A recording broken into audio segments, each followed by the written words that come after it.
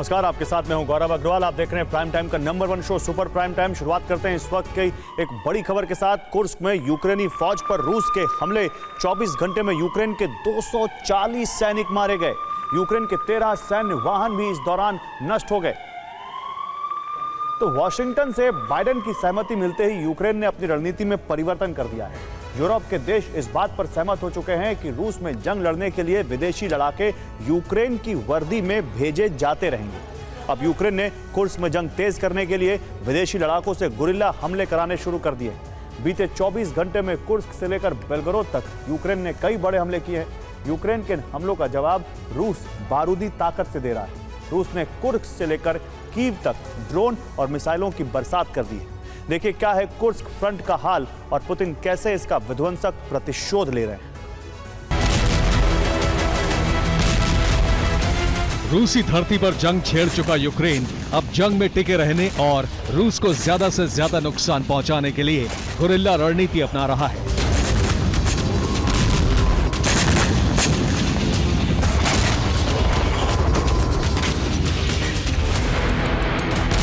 यूक्रेनी सेना कुर्स्क के अलावा कई इलाकों में जंग का विस्तार करना चाहती है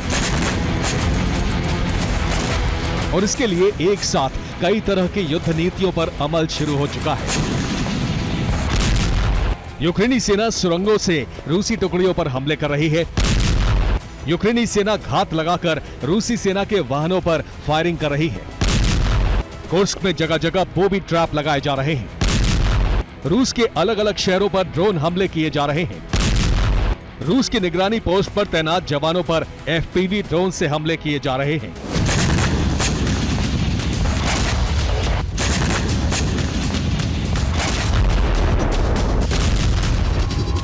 ये यूक्रेन की ओर से जारी रूसी पोस्ट पर तैनात एक जवान पर एफपीवी ड्रोन हमले की तस्वीरें हैं। ये रूसी जवान यूक्रेन का ड्रोन देखते ही जान बचाने के लिए भागता है, लेकिन ड्रोन ऑपरेटर उसका पीछा करता है।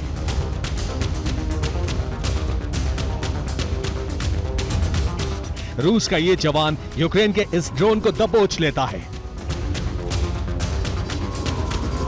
भागते भागते थक चुका रूसी जवान जैसे ही दम साधने के लिए रुकता है, विस्फोट हो जाता है। इसी तरह यूक्रेन के जवान उन इलाकों में टोली बनाकर हमले कर रहे हैं जहां जंग नहीं हो रही है।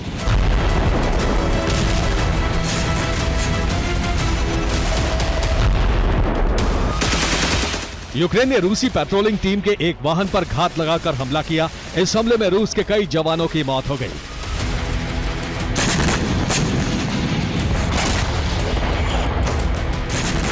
यूक्रेन ने कुर्स्क सहित बेलगोरोद और वोरोनिश पर बड़े कामिकाज़े ड्रोन से हमले किए हैं।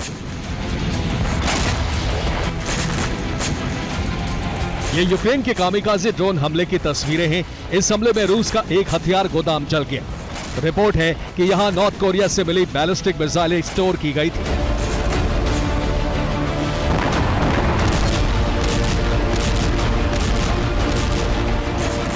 इसी तरह यूक्रेन ने बेलगोरोद पर कामिकाज़े ड्रोन हमले किए। यूक्रेन का एक ड्रोन बेलगोरोद के ऑयल डिपो पर गिरा और काला धुआं आसमान तक छा गया।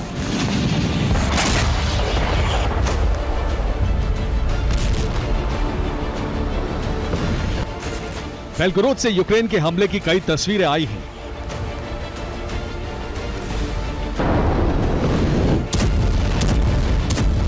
बेलगोरोद के अलावा यूक्रेन ने रूस के समारा में भी हमले किए। इस हमले में रूस की एक ऑटो फैक्ट्री में आग लग गई। यूक्रेन रूस के तेल डिपो को टारगेट कर रहा है। इन तेल डिपो से मिलिट्री को ईंधन सप्लाई किया जाता है। इसके साथ ही कुर्स्क में बूबी ट्रैप लगाकर रूसी सेना को फंसाया जा रहा है।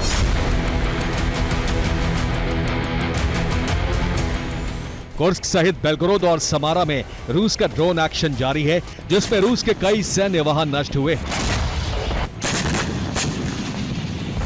यूक्रेन सैन्य वाहनों और अहम जगहों पर ड्रोन से बम गिरा रहा है और रूसी सैनिकों को मारने के लिए जाल बिछा रहा है। तो रूसी जवानों को फंसाने के लिए यूक्रेनी सेना कुर्स्क में छोटी छोटी खंदकें तैयार कर रही है। इन खाली खंदकों में विस्फोटक लगा दिए जाते हैं। रूसी सेना इनको यूक्रेनी मोर्चा समझकर हमले के लिए आती है।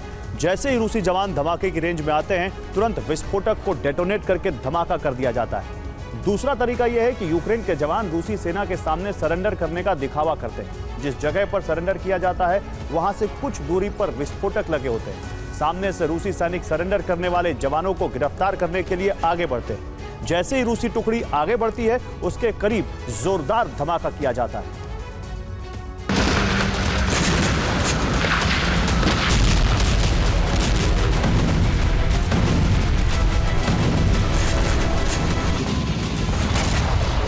रूस ने कुर्स्क की जंग में अनुभवहीन नए भर्ती किए जवान उतारे हैं और ये आसानी से विदेशी मर्सनरी के जाल में फंस रहे हैं।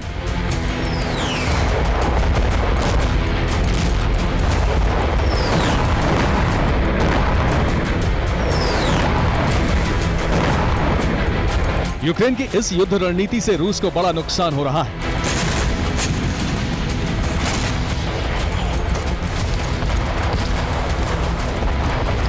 इस नुकसान से दिल मिलाए रूस ने यूक्रेनी राजधानी पर ताबड़तोड़ हमले किए हैं।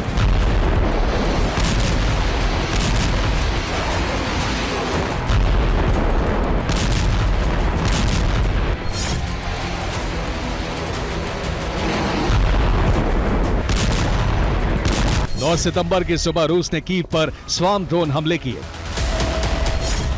कीव मीडिया के मुताबिक 20 से ज्यादा ड्रोन हमले किए गए। यूक्रेन ने दावा किया है कि एयर डिफेंस सिस्टम ने सभी ड्रोन हवा में ही नष्ट कर दिए।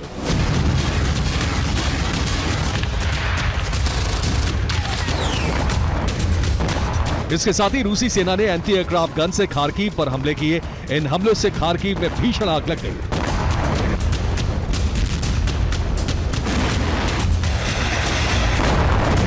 रूस ने यूक्रेन के सुमी पर भी कई बड़े हमले किए हैं। सुमी पर किए गए रूसी हमलों में कुर्स्क की जंग लड़ने पहुंचे 30 विदेशी लड़ाके मारे गए। 8 और 9 सितंबर को रूस ने सुमी पर 240 हमले किए। सुमी शहर कुर्स्क की जंग के लिए बहुत अहम है। यहां से यूक्रेन विदेशी लड़ाकों और अपनी फौज को कुर्स्क रवाना करता है।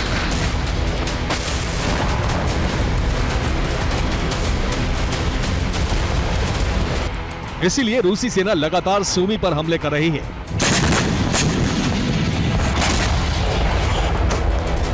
इसके अलावा रूसी सेना ने वोलेदर पोक्रोवस्क मोर्चे पर यूक्रेन के कई हथियार गोदाम और सैन्य वाहन तबाह कर दिए।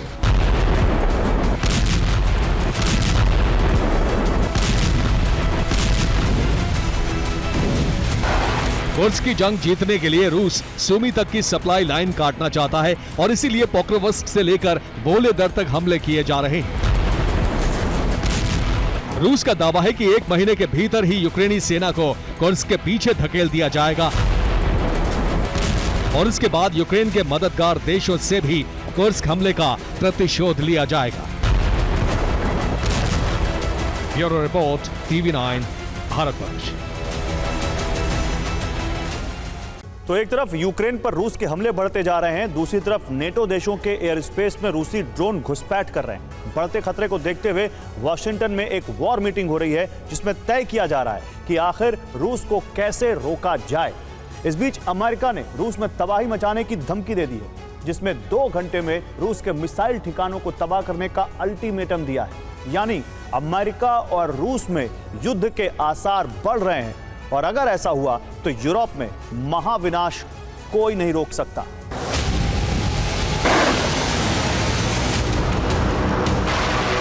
रूस ने इतनी तबाही मचाई है कि अब यूक्रेन को अमेरिका से गुहार लगानी पड़ी है।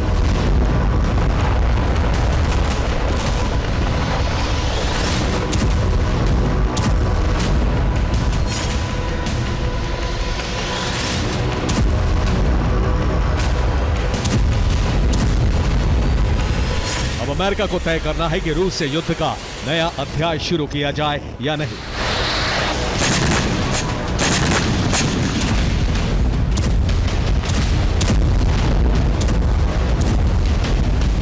क्योंकि यूक्रेन अब ज्यादा दिन तक युद्ध नहीं लड़ सकता। कहीं ऐसा ना हो कि रूस यूक्रेन के बाद बाल्टिक देशों पर हमला कर दे। इसलिए पेंटागन में मंथन चल रहा है। ऐसा क्यों है, ये समझ लीजिए। रूस के ड्रोन अब नेटो देशों तक भी जा पहुंचे हैं। पोलैंड पर रूस का ड्रोन गिरा। लातविया ने रूसी ड्रोन से हमले का दावा किया, जबकि रोमानिया में ड्रोन से विस्फोट हुआ। ये वही वीडियो है जिसे लेकर रोमानिया ने दावा किया है कि रूस का ड्रोन उसकी सीमा में गिरा। रात के अंधेरे में तेज विस्फोट हुआ। रोमानिया ने कहा है शायद ये कामिकाज़े ड्रोन शाहिद हो। रोमानिया नेटो का सदस्य देश है, इसी तरह पोलैंड और लातविया भी, और ये तीनों देश यूक्रेन के पड़ोसी देश हैं। ऐसे में रूस का मंसूबा साफ है कि वो यूक्रेन के बाद इन्हीं देशों की तरफ बढ़ेगा।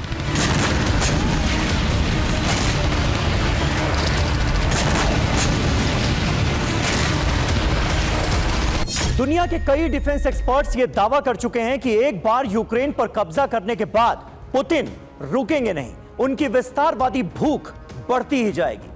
यूक्रेन के बाद पुतिन के निशाने पर वो देश है जो लगातार यूक्रेन की मदद करते आ रहे हैं। इसमें रोमानिया और पोलैंड का नाम भी शामिल है। रोमानिया के अलावा पोलैंड और लातविया ने रूसी ड्रोन घटना को असामान्य बताया है, इसे युद्ध की कोशिश करार दिया है।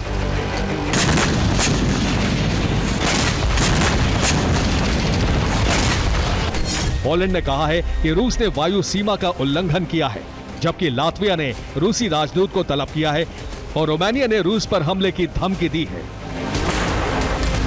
अगर कोई भी नेटो देश रूस पर हमला करता है तो रूस पलटवार जरूर करेगा, यानी यूरोप में नेटो वर्सेस रूस युद्ध शुरू हो सकता है। हालांकि इसके लिए फाइनल मोहर वॉशिंगटन में लगेगी, जहां रूस के लगातार सीमा उल्लंघन पर वॉर मीटिंग होनी है।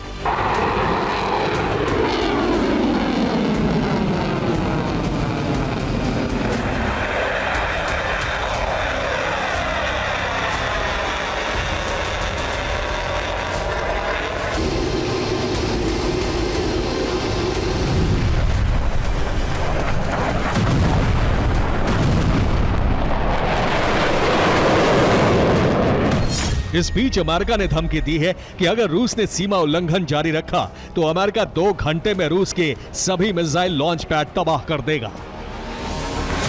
पेंटागन ने एक वीडियो भी जारी किया है जिसमें रूस और चीन दोनों की मिसाइल साइट पर ताबड़तोड़ हमले दिखाए हैं।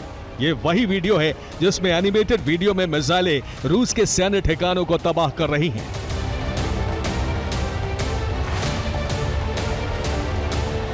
अमेरिका ने वीडियो जारी करके यह मैसेज दिया है कि वो नाटो देशों की रक्षा के लिए युद्ध में उतर सकता है। अमेरिका ने युद्ध के लिए धमकी तो दे दी है, लेकिन उसके लिए पुतिन से टकराना इतना आसान नहीं है, क्योंकि पुतिन ने चीन, नॉर्थ कोरिया और ईरान के साथ गठबंधन बना लिया है।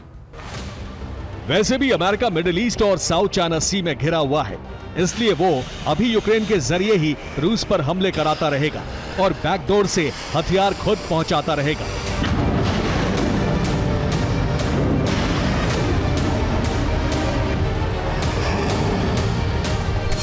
हो सकता है अब यूक्रेन अमेरिकी जेट F-16 से हमले करे। Bravo 6, second platoon is moving to rendezvous near your location. What's your status? Over.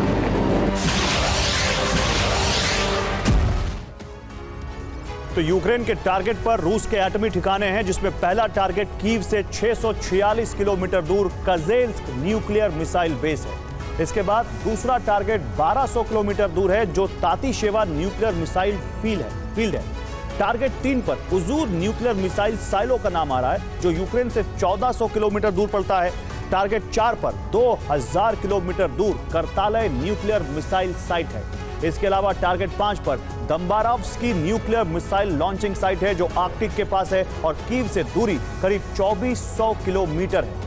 Target 6 पर 2700 किलोमीटर दूर आलेस्क न्यूक्लियर मिसाइल बेस है, जिसे यूक्रेन अमेरिकी F-16 से तबाह करने की कोशिश में है।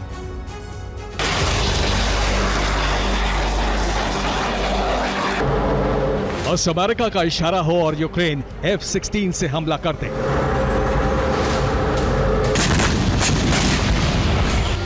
इस बीच नेटो देशों ने भी अलर्ट जारी कर दिया है कि रूस के ड्रोन अगर फिर से एयर स्पेस में घुसें तो उन्हें मार गिराया जाए। रोमानिया ने सुरक्षा के लिए F-16 अलर्ट मोड पर डाल दिए हैं, जबकि पोलैंड ने F-16 जेट की एयर ड्रिल शुरू कर दी है, जिससे रूस को धमकाया जा सके। इसके अलावा नेटो ने यूरो फाइटर जेट फिनलैंड में तैनात कर दिए हैं। अगर रूस किसी भी नेटो देश पर हमला करता है तो तुरंत पलटवार किया जा सके। ये पहली दफा है जब फिनलैंड में ब्रिटेन ने यूरो फाइटर तैनात किए हैं।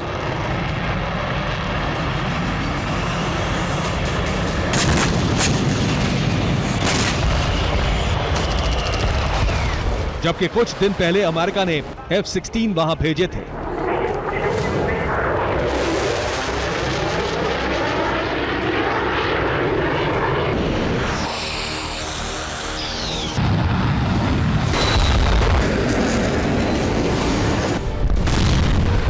इस बीच वॉशिंगटन में रूस को धकेलने के लिए वॉर मीटिंग में हिस्सा लेने ब्रिटेन के पीएम कीर स्टारमर पहुंच गए हैं।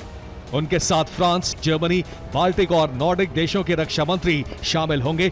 मीटिंग में एक ऐसा प्लान बनाया जा रहा है जिससे यूक्रेन में तबाही रोकी जा सके और वो फ्रंट लाइन पर आकर रूस का मुकाबला कर सके। रूस के खिलाफ ब्लूप्रिंट तैयार हो रहा है। अगर नेटो युद्ध में उतरा तो भारी तबाही तय है, क्योंकि ISW यानी institute for the study of war के एक्सपर्ट्स के मुताबिक रूस के न्यूक्लियर हमले का खतरा बढ़ रहा है। इससे पहले CIA चीफ विलियम बर्न्स ने भी रूस के एटमी हमले का अंदेशा जताया था, जिसे लेकर ISW ने भी रिपोर्ट जारी की है।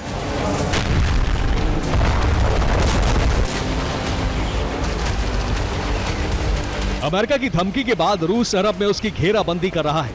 अरब के मोर्चे पर घेराबंदी के लिए रूस के विदेश मंत्री सरगेई लावरोव सऊदी अरब जा पहुंचे हैं। यानी रूस अमेरिका में यूरोप से लेकर मिडिल ईस्ट तक में टकराव बढ़ रहा है, जो एक महायुद्ध का संकेत दे रहा है। Bureau report, TV9, Bharatvarsh. तो एक तरफ रूस के आसमानी हमलों से यूक्रेनी धरती सुलग रही है, कीव से लेकर डोनेत्स्क तक बारूदी भूचाल आ रखा है, तो वहीं कुर्स्क में मौजूद यूक्रेनी सेना सरेंडर को मजबूर हो चुकी है। 6 अगस्त से अब तक 11,000 से भी ज्यादा यूक्रेनी सैनिक मारे जा चुके हैं। सैकड़ों की तादाद में टैंक और तोप तबाह हो चुके हैं। बावजूद इसके ज़ेलेंस्की कुर्स्क में सैन्य अभियान को जारी रखे हुए हैं। ऐसे में सवाल उठता है कि आखिर कुर्स्क में विफल होने के बाद भी ज़ेलेंस्की युद्ध पर अटल क्यों है? आखिर क्या है कुर्स्क से जुड़ा ज़ेलेंस्की का विक्ट्री प्लान? देखिए इस रिपोर्ट में।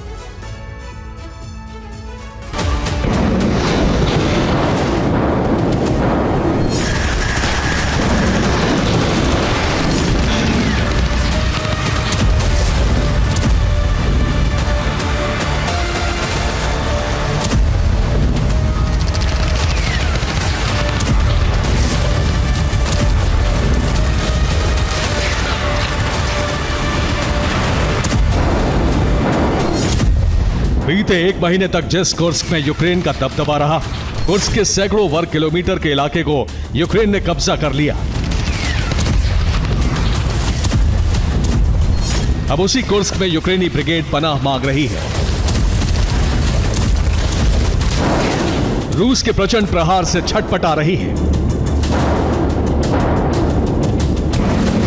इतना ही नहीं, दावा तो यहां तक किया जा रहा है कि कुर्स्क के जिन इलाकों में यूक्रेन का कंट्रोल था, अब उन्हीं इलाकों से यूक्रेनी सेना पीछे हटने को बेताब है।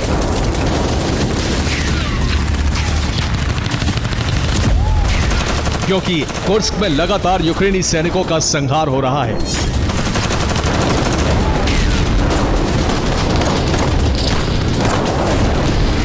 गौर करने वाली बात यह है कि कुर्स्क की तरह यूक्रेनी फौज ने पश्चिमी रूस के बेलगोरोद वोरोनिश प्रांत पर भी चढ़ाई की थी।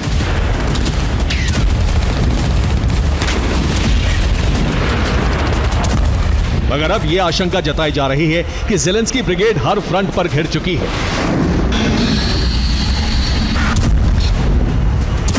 ऐसे में सवाल खड़ा होता है कि कुर्स्क में यूक्रेनी सैनिकों के संहार के बाद भी ज़ेलेंस्की चुप क्यों है? आखिर क्यों ज़ेलेंस्की अपनी सेना को पीछे हटने का ऑर्डर नहीं दे रहे?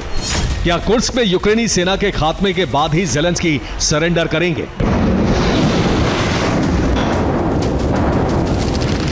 हैरान करने वाली बात यह है कि ना तो ज़ेलेंस्की कुर्स्क से अपनी सेना को हटा रहे हैं, ना ही उन्हें हथियारों की खेप भेज रहे हैं।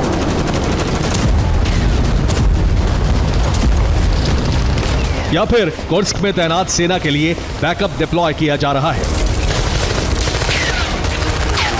ऐसे में सवाल उठता है कि ज़ेलेंस्की चाहते क्या है? कुर्स्क में जंग को जारी रखने का मकसद क्या है?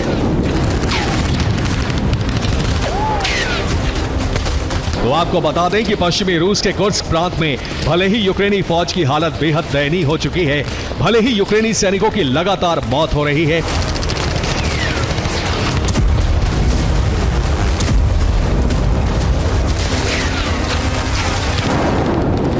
और इस संघार पर जेलेंस्की के मौन रहने के पीछे की वजह है अमेरिका और नेटो से मिलने वाले लॉन्ग रेंज हथियार।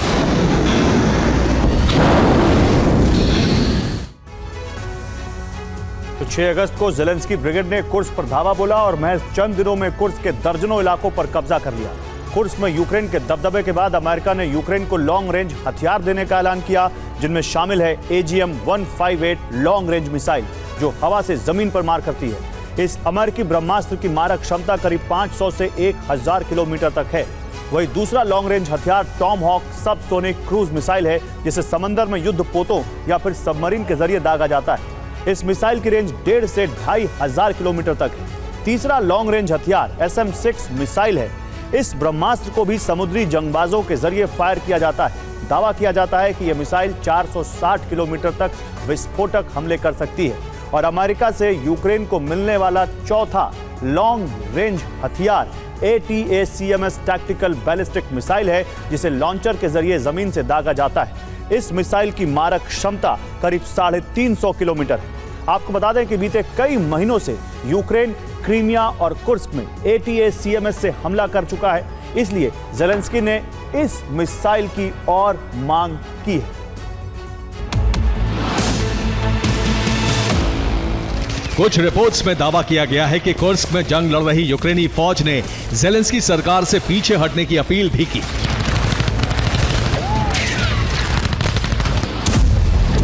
यूक्रेन आर्म्ड फोर्स की कई बटालियन कुर्स्क में जंग लड़ने से इनकार तक कर चुकी हैं।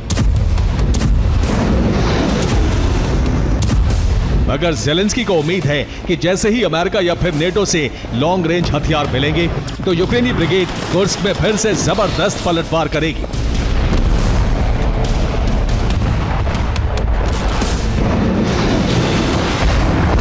लॉन्ग रेंज हथियारों के दम पर कुर्स्क, बेलगोरोद और वोरोनिश में यूक्रेनी ध्वज लहराएगी।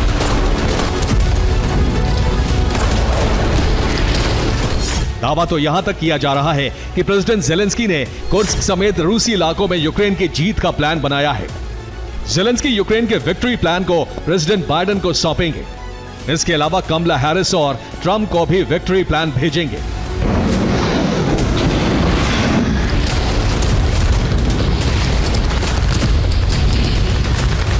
अब सवाल यह है कि कब यूक्रेन को अमेरिका से लॉन्ग रेंज हथियारों की खेप मिलेगी, कब यूक्रेनी फौज उन लॉन्ग रेंज हथियारों का इस्तेमाल करेगी और कब कुर्स्क समेत रूस के कई इलाकों में रूसी ध्वज लहराएगा।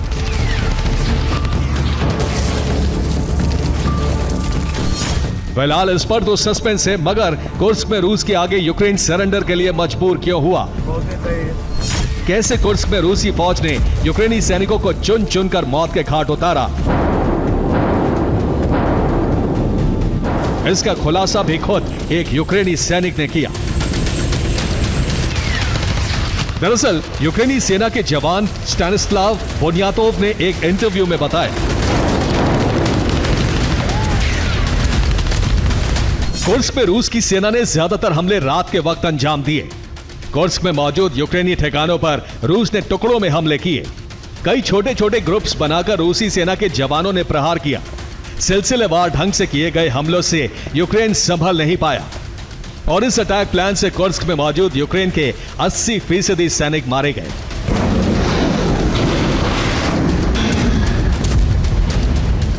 मतलब ये कि सीरियल गुरिल्ला अटैक के जरिए रूस ने कुर्स्क के बैटल ग्राउंड में गदर मचा दिया।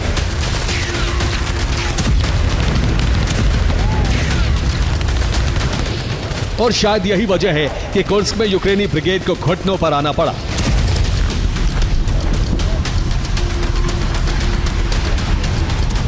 अब यह देखना होगा कि क्या जेलेंस्की अपनी सेना को कुर्स्क से पीछे हटने का ऑर्डर देते हैं या फिर लॉन्ग रेंज हथियारों के फेर में फंसकर अपने सैकड़ों सैनिकों को बेमौत मरने के लिए छोड़ देते हैं।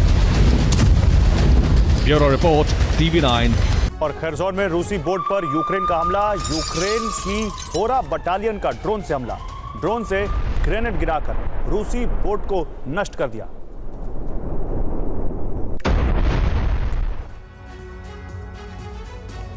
तो अब तक इजराइल ईरान को कमजोर करने के लिए उसके प्रॉक्सी संगठनों पर हमले कर रहा था, लेकिन अब उसने ईरानी ठिकानों को टारगेट करना शुरू कर दिया है। दरअसल इजराइल ने सीरिया पर बड़ी एयर स्ट्राइक की है।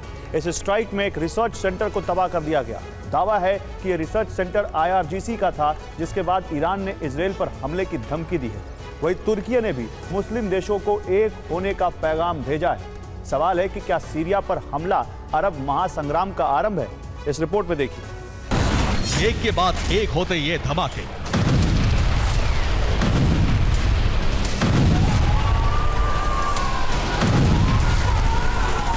इजराइल ईरान के बीच जंग का ट्रेलर है।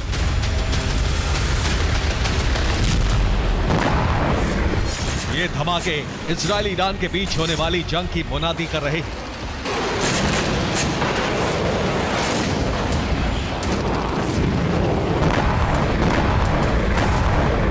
बारूदी बारिश के बीच दहलते ये शहर सीरिया के हैं।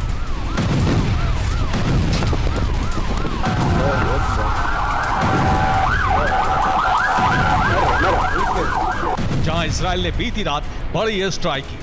सीरिया पर करीब 15 जगह एयर अटैक किए गए, जिसमें 16 लोगों की मौत हो गई, जबकि 40 लोग घायल हैं।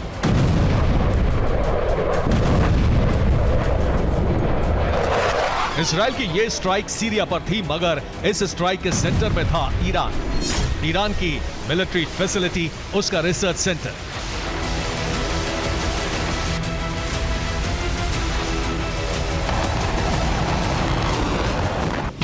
बीती रात इजराइल ने सीरिया के 4 शहरों मस्याफ, टार्टस, दमिश्क और होम्स पर एयर स्ट्राइक की। उसके टारगेट पर IRGC के ठिकाने और मिलिट्री फैसिलिटी थी। मस्याफ में एयर स्ट्राइक कर ईरानी रिसर्च सेंटर को तबाह कर दिया गया। टार्टस में हथियार ले जाते मिलिट्री काफिले को निशाना बनाया गया। होम्स और दमिश्क में हथियार डिपो के पर खच्चे उड़ा दिए गए।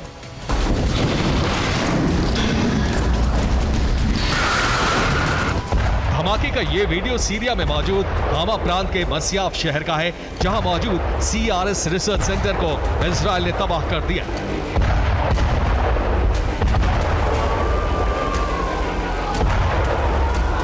बीती रात हुए हमलों में यह रिसर्च सेंटर ही इजराइल का मुख्य टारगेट था।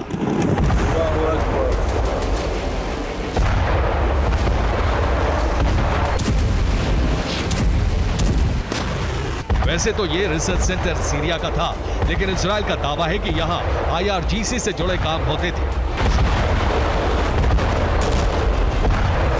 ये उसका एक गुप्त ठिकाना था, इसीलिए इस रिसर्च सेंटर को तबाह कर दिया गया।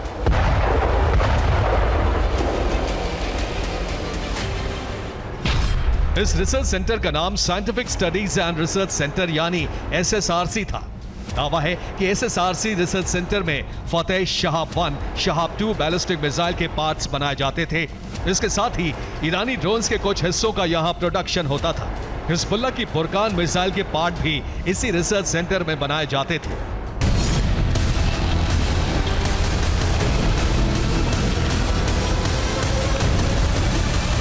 दावा है कि ईरान को कमजोर करने के मकसद से इजराइल ने इस रिसर्च सेंटर पर बड़ी एयर स्ट्राइक की, ताकि तेजी से बढ़ती ईरान की मिसाइल भंडार की रफ्तार पर लगाम लगाई जा सके।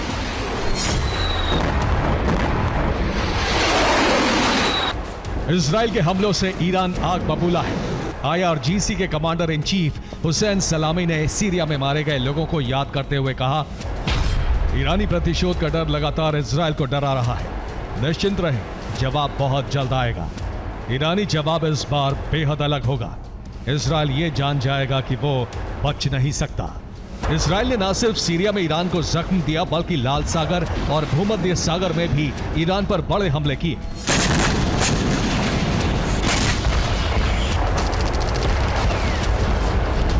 बीते 24 घंटे में समंदर में ईरानी जहाजों पर बड़े हमले हुए हैं। ये हमले ईरान के कार्गो शिप्स पर किए गए। दावा है कि इन अटैक के पीछे इजराइल का हाथ है, जिसका जवाब ईरान ने भी दिया है।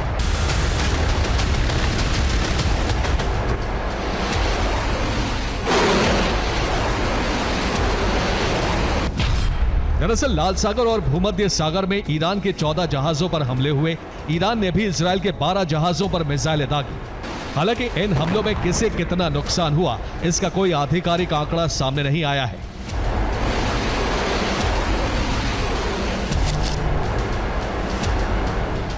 ईरान लगातार इजराइल को बड़े हमले की धमकी दे रहा है।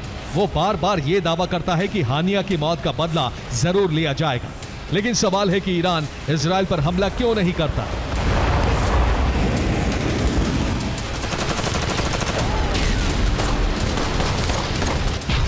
दरअसल ईरान इस साल के अंत तक खुद को एटमी राष्ट्र घोषित कर सकता है। इस बात का दावा अमेरिका की हाउस इंटेलिजेंस कमेटी की रिपोर्ट में किया गया था। एटमी राष्ट्र बनने से पहले वो किसी भी देश से सीधे संघर्ष नहीं चाहता। ईरान भले ही परमाणु शक्ति बनने के इंतजार में है, लेकिन एर्दोआन ने इजराइल के खिलाफ बड़ी तैयारी शुरू कर दी है। तुर्की के राष्ट्रपति इजराइल के खिलाफ मुस्लिम देशों को एकजुट करने की तैयारी में है। उन्होंने अपने एक बयान में कहा, इजराइल सिर्फ गाजा तक नहीं रुकने वाला है, उसे रोकने का एकमात्र रास्ता इस्लामी देशों का गठबंधन है। तुर्की ने इसकी तरफ अपना पहला कदम बढ़ा दिया है। दरअसल एर्दोआन का इशारा उनकी मिस्र यात्रा की तरफ था, जो 3 दिन पहले ही पूरी हुई है। दावा है कि आने वाले दिनों में वो कई इस्लामी राष्ट्रों का दौरा कर सकते हैं। साफ है, तुर्की इस्लामी देशों को लामबंद करने की तैयारी में है और इस लिस्ट में ईरान भी शामिल होगा, जो इजराइल के लिए खतरे की घंटी है। Bureau report, TV9 Bharatvarsh. और रूस की सीमा पर यूक्रेन के स्नाइपर तैनात कर दिए गए। रूसी सैनिकों पर सटीक निशाने से हमला। स्नाइपर के हमले में कई रूसी सैनिकों की मौत हुई है।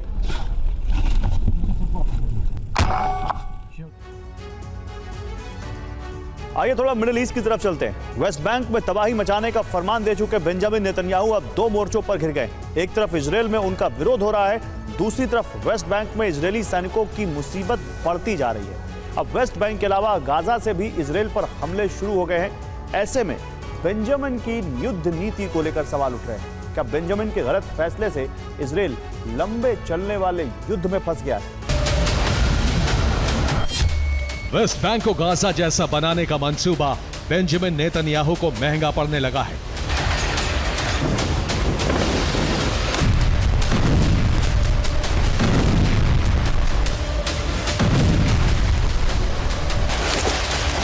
इजरायली सेना लगातार हमले कर तो रही है, लेकिन उसके सामने कई तरह के संकट आ गए हैं।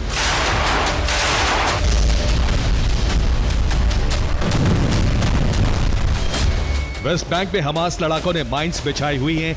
गुरिल्ला युद्ध नीति से हमास लड़ाके हमले कर रहे हैं, स्थानीय लोगों के बीच रह रहे हैं, जिससे उनकी पहचान नहीं हो पा रही है। आईडीएफ सैनिकों पर रात में हमला करके भाग जाते हैं। एनकाउंटर के वक्त महिलाएं और बच्चों की भीड़ इकट्ठा हो जाती है। ऐसे में इजरायली सैनिकों के लिए ऑपरेशन मुश्किल होता जा रहा है। हो सकता है वेस्ट बैंक में भी ऑपरेशन लंबा खींचे।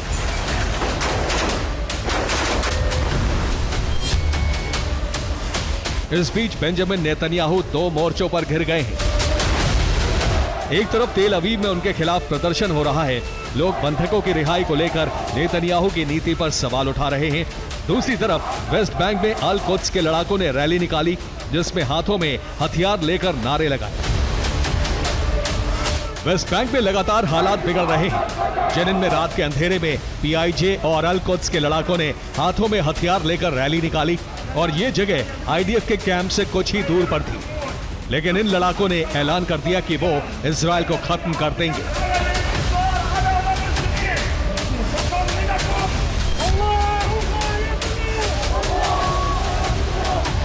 हालात इजराइल में भी बेकाबू हो रहे हैं। तेल अवीव में दूर तक सिर्फ प्रदर्शनकारी दिख रहे थे। कई जगह पुलिस से भी झड़प हुई। बंधकों की रिहाई की मांग लोग कर रहे थे। उधर अब गाजा से भी हमास लड़ाकों ने हमले शुरू कर दिए हैं। आईडीएफ ने दावा किया है कि उत्तरी गाजा से अश्कलोन इलाके पर 2 रॉकेट दागे गए।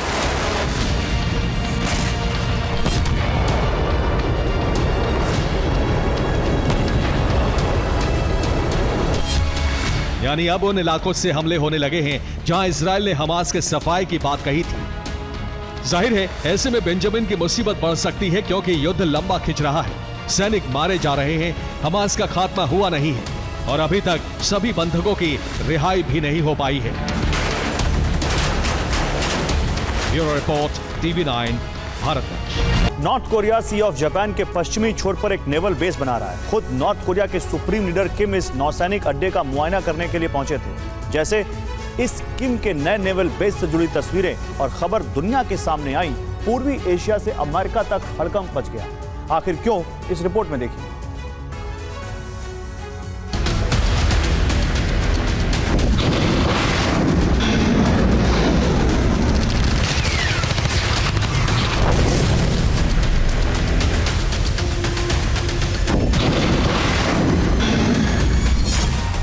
अपने घातक हथियारों से दुश्मन के होश फाख्ता करने वाले, वक्त बेवक्त विध्वंसक हथियारों का टेस्ट करने वाले, अपने न्यूक्लियर विनाशकों के ट्रेलर से दुनिया में सनसनी फैलाने वाले नॉर्थ कोरिया के supreme leader Kim Jong Un ने एक बार फिर अपने दांव से कोरियाई प्रायद्वीप में खलबली मचा दी है।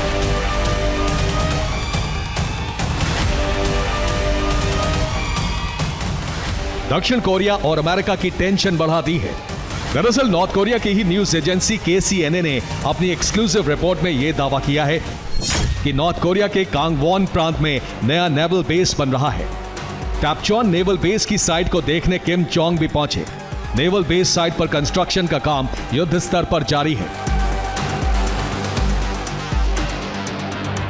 नॉर्थ कोरियाई न्यूज एजेंसी KCNA के मुताबिक इसी सितंबर महीने में नॉर्थ कोरिया के सुप्रीम लीडर नए नेवल बेस का मुआयना करने पहुंचे। किम के नेवल बेस साइट पर पहुंचने से जुड़ी तस्वीरें भी जारी की गई। इतना ही नहीं, नेवल बेस से जुड़ी सैटेलाइट तस्वीरें भी सामने आई हैं। सैटेलाइट तस्वीरों के जरिए इस बात का खुलासा हुआ है कि नॉर्थ कोरिया ने सी ऑफ जापान के पश्चिमी छोर पर मौजूद वॉनसन बे के पास बसी मोनचोन काउंटी में नए नेवल बेस को बनाया है। यकीन मानिए, नॉर्थ कोरिया के सी ऑफ जापान में बनाए जा रहे इस सैन्य अड्डे से न सिर्फ कोरियाई प्रायद्वीप बल्कि जापान और अमेरिका की भी टेंशन बढ़ चुकी है। क्योंकि कुछ रिपोर्ट्स में यह दावा किया जा रहा है कि चीन और रूस की मदद के जरिए नॉर्थ कोरिया नेवल बेस को बना रहा है ताकि पूर्वी एशिया में अमेरिका के दबदबे को कम कर सके। इतना ही नहीं, वॉर एक्सपर्ट ये आशंका जता रहे हैं कि पुतिन और शी के सहयोग से किम ऐसा बारूदी चक्रव्यूह तैयार कर रहे हैं जिसमें अमेरिका का फंसना तय है। क्योंकि पुतिन और शी ने नॉर्थ कोरिया के साथ सैन्य सहयोग बढ़ाने का ऐलान कर दिया है। इसका मतलब ये कि जल्द ही नॉर्थ कोरिया के इस नेवल बेस पर रूस और चीन के जंगी बेड़ों की तैनाती हो सकती है। साल 2021 में एलॉन मस्क जेफ बेजोस को पीछे छोड़कर दुनिया के सबसे अमीर शख्स बने थे, जिसके बाद उनकी संपत्ति लगातार बढ़ रही है। एक रिपोर्ट में दावा किया गया है कि मस्क 2027 तक दुनिया के पहले खरबपति बन सकते हैं, यानी आने वाले 3 सालों में उनके पास 1 लाख करोड़ से ज्यादा की संपत्ति होगी।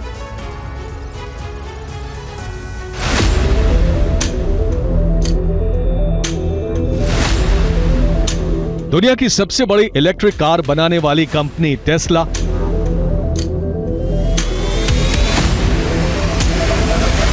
दुनिया की टॉप स्पेस रॉकेट बनाने वाली प्राइवेट कंपनी स्पेसएक्स, इन दोनों टॉप कंपनियों के मालिक हैं एलॉन मस्क, जो अपनी एडवांस सोच और आविष्कारों की वजह से एक अलग पहचान रखते हैं। और अब मस्क का यही नजरिया उन्हें दुनिया का पहला ट्रिलियनियर यानी खरबपति बना सकता है। ये दावा अरबपतियों की संपत्ति पर नजर रखने वाली संस्था इनफॉर्मा कनेक्ट एकेडमी की एक रिपोर्ट में किया गया है। इस रिपोर्ट के मुताबिक एलॉन मस्क दुनिया के पहले ट्रिलियनियर बन सकते हैं। 3 सालों में उनकी संपत्ति 4 गुना बढ़ सकती है। ऐसा हुआ तो 2027 तक उनकी संपत्ति 1 ट्रिलियन से ज्यादा होगी। इसमें दो राय नहीं कि दुनिया भर के बिजनेस मार्केट्स में एलॉन मस्क का सिक्का चलता है। साल 2024 में उनकी संपत्ति 110% बढ़ी है। ब्लूमबर्ग की रिपोर्ट के मुताबिक इस वक्त उनकी नेटवर्थ $237 बिलियन है, जो उन्हें दुनिया का सबसे अमीर शख्स बनाती है। मस्क की इस कामयाबी के पीछे उनकी 6 बड़ी कंपनियां हैं, जिसमें टॉप की 3 कंपनी टेस्ला, स्पेसएक्स और न्यूरालिंक का नाम शामिल है। ये तीनों कंपनियां अपने अपने क्षेत्र की लीडर मानी जाती हैं। मस्क की इन कंपनियों का व्यापार अलग अलग देशों में तेजी से फैल रहा है। यही वजह है कि 2027 तक मस्क की संपत्ति 4 गुना बढ़ सकती है, जो उन्हें दुनिया का पहला खरबपति बना देगी। Bureau report, TV9 Bharatvarsh. और आज हमने आपसे 3 सवाल पूछे थे। देखते हैं प्रोबो देश का ओपिनियन मीटर क्या कहता है। क्या 2024 में यूएस से मंदी में प्रवेश करेगा? 50% यस, 50% नो। अरबपतियों की लिस्ट में इलॉन मस्क ज़करबर्ग से ऊपर होंगे। 75% यस, 25% नो। क्या इस साल फिर लॉन्च होगी Ambassador car? 30% yes, 70% no. Download कीजिए प्रोबो ऐप और दीजिए अपना opinion. This game may be habit forming or financially risky. Play responsibly. TNC apply.